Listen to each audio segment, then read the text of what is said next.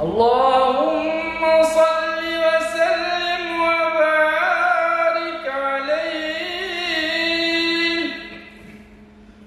ولما تم من حمله شهران على مشهور الأقوال المروية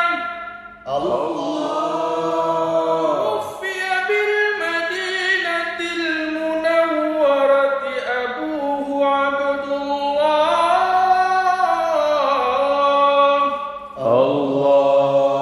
وكان قد اجتاز بأخواله بني عدي من الطائفة النجارية ومكث فيهم شهرا سقيما يعانون سقمه وشكواه.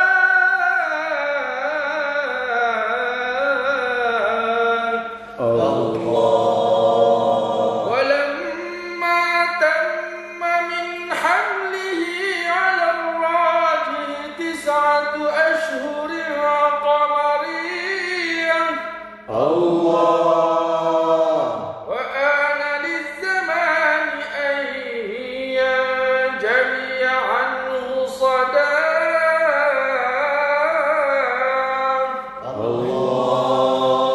حضر أمه ليلة مولده آسية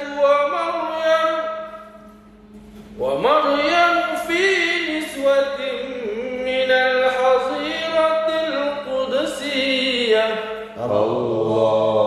أخذها المخاض فولدته صلى الله عليه وسلم